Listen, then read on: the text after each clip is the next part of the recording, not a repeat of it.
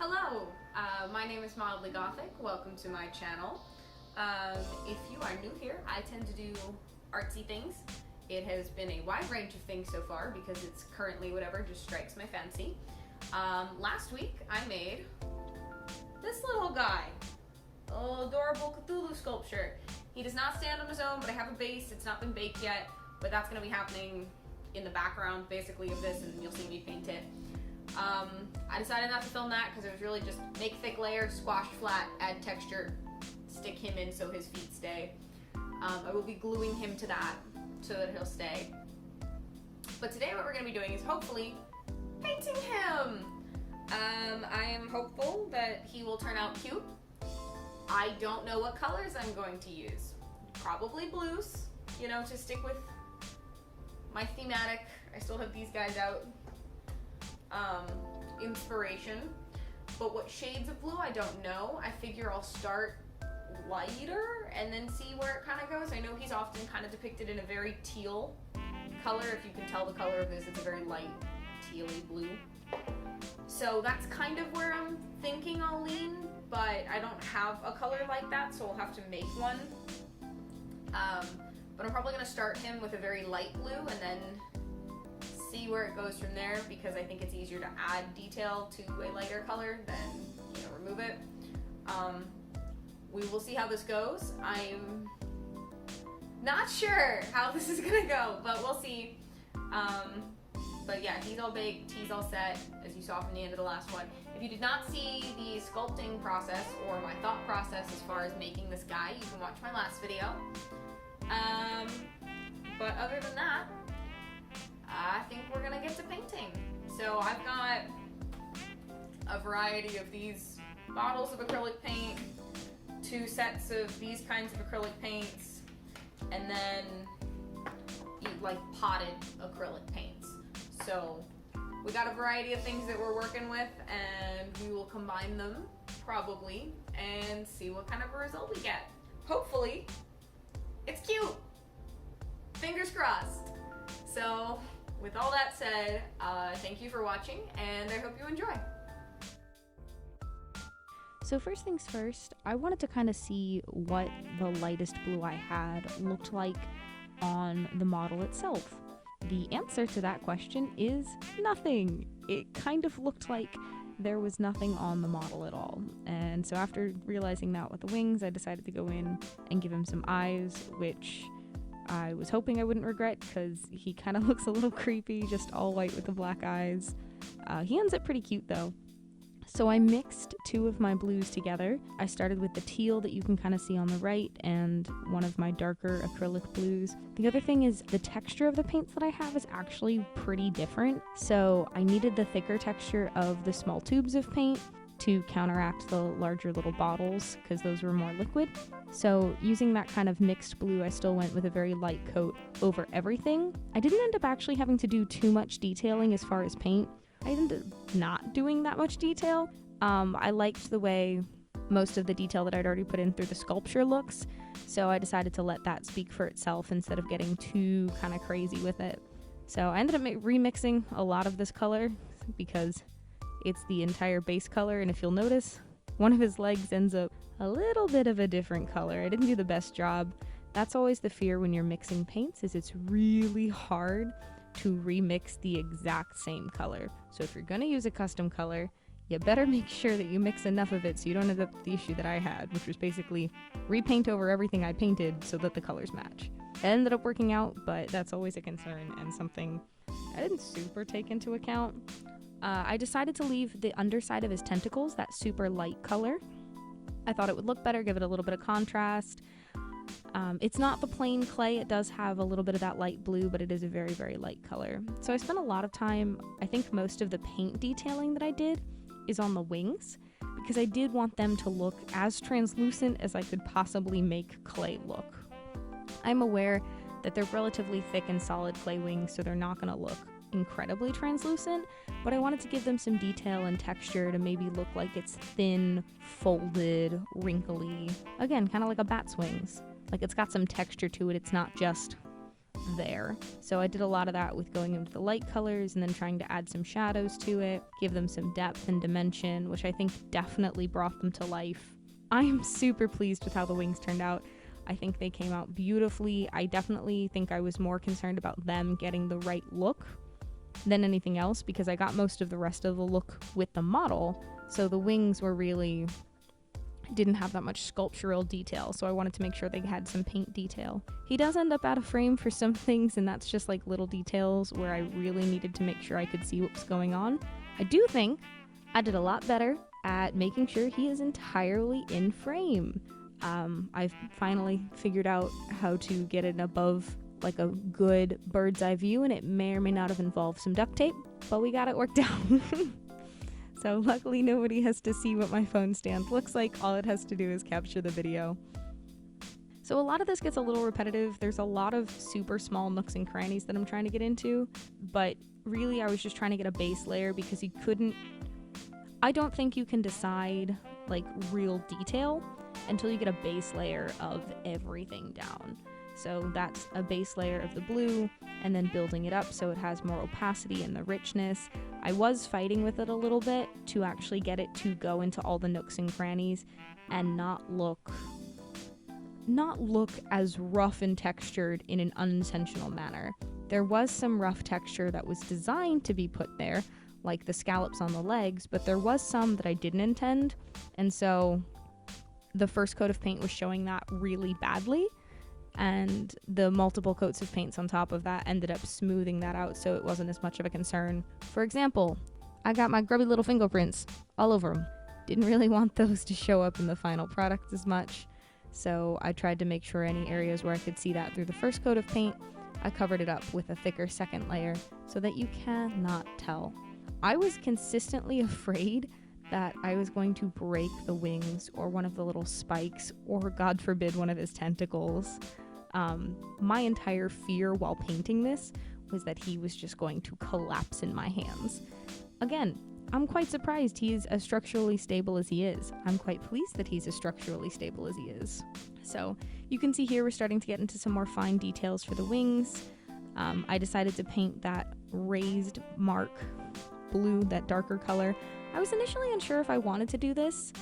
I didn't pull up any reference images for this one, but sometimes, when you see dragons, you can see that thin vein of bone that marks out those extra supports for the wings, and considering the design I gave them, I thought it was well worth it.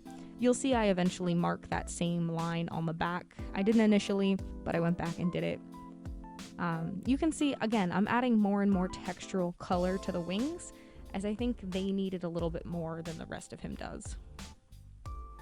Some other cute little detail. I filled in all of his little suction cups, or what would be, with that blue.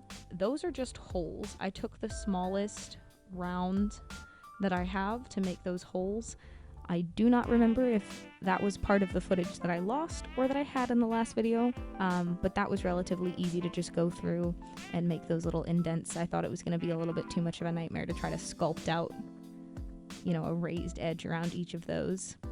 And I decided he was looking a little too monochromatic, and so I pulled out a different blue that I have.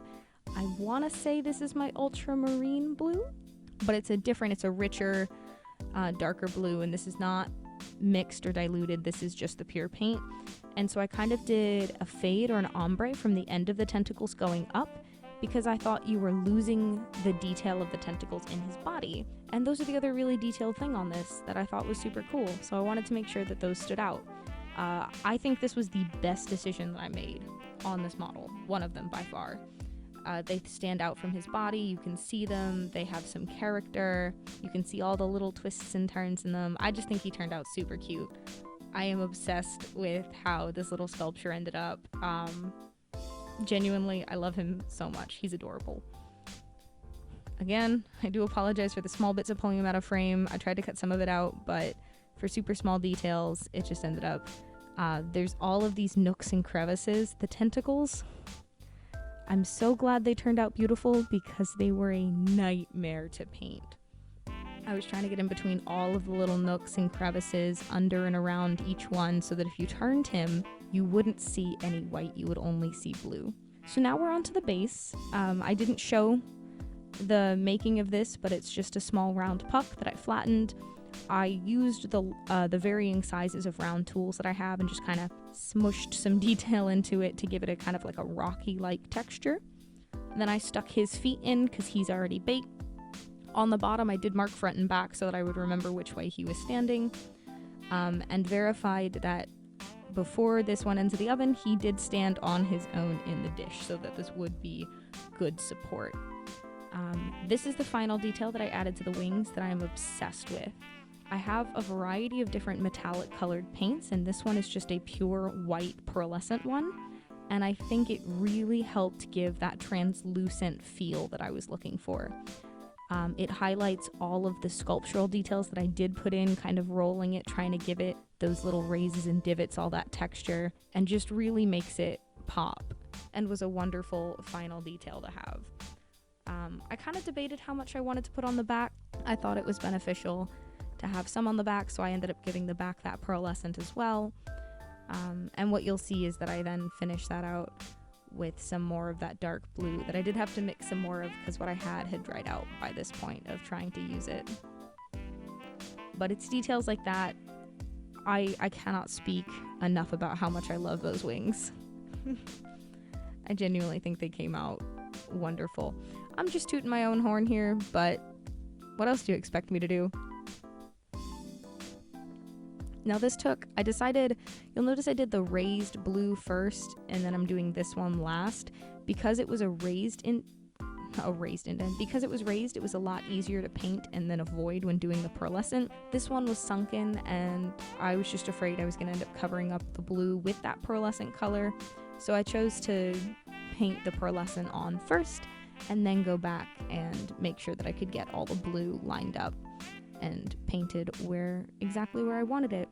This also resulted in me noticing that the blue along the top of the wings was not quite as saturated as I wanted it to be, and so I went back and gave that another coat as well to make sure that that was all even and smooth, and again, removing fingerprints because he had quite some fingerprints on him because basically I'm impatient and don't necessarily know proper sculpting techniques, but hey, he turned out, so, I think it all worked.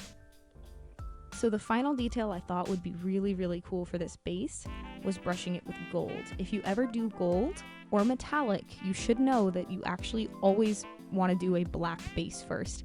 It just will help get the best metallic look that you possibly can. And I'm using some Gorilla Glue to secure him in, and that was just a dry brush gold over the top, nothing super fancy. And now he's all attached. Well, hello, and so here we are at the end. The boy is here. Look at him. So the Gorilla Glue does need still some time to set. It's within 3 hours of me setting the glue. I had him propped up with some stuff I had him propped up with some stuff against his back for a little while so that I could actually make sure he stands vertical, and the base seems to be fully attached. I cannot express how pleased I am with how this little guy turned out. I love the iridescence in the wings. I think it just absolutely sold everything. The gold base gives him that, I'm an elder god. He's got some richness. I don't know, a little bit of history, royalty, if we go with that. He's just saying hi. And the most impressive thing of all, he's adorable. You can fight me on this, I don't care. I think he's precious. And I can just add him to my, I don't know how much of this is in frame, but I can add him to my little army of small Cthulhu figures. So now I have a Lego model, a 3D printed model, and a sculpted model. So I am expanding my collection quite handily, I would say. I've also got the painted one. He's back up on my wall. But this was, I think, one of my favorite projects that I've done recently. I haven't sculpted anything in a while, and so it was kind of fun to embrace a new side of things. So I really enjoyed this project over 2 videos. Again, if you haven't seen the first one, go check it out. I've probably linked it in the description, hopefully. If I didn't, It's the last video that I just uploaded. So, other than that, thank you for watching if you got this far. Let me know if you have anything you may want to see. Any comments on how to sculpt things? Since I seem to define everything as a mildly chaotic process here, I have a hard time going like super in depth because I'm afraid I'm gonna hate it if I go way too in depth. So occasionally I do and I love the product, but a lot of times I'm afraid that if I start adding more and more and more detail, I'm never gonna think it's done. And then it's just never gonna get finished, I'm never gonna be satisfied, and I'm gonna probably overdo it and things just aren't gonna work out. So if your suggestion is add more detail, I hear you, I understand. We'll probably work up to that. Slowly but surely. It's taken me a while with my paintings that may or may not be in frame to figure that out. So working towards it, if that's your suggestion. If not, you know, any tips or anything is greatly appreciated. I consider myself a somewhat jack of all trades, so I like just taking a stab at new things and seeing what comes out, which is what happened with this one. And I think he turned out quite well. So, again, thank you for watching. This is some more rambling. Not new if you've been watching a few of my videos, but thank you very much for watching, and I will see you in the next one. Bye!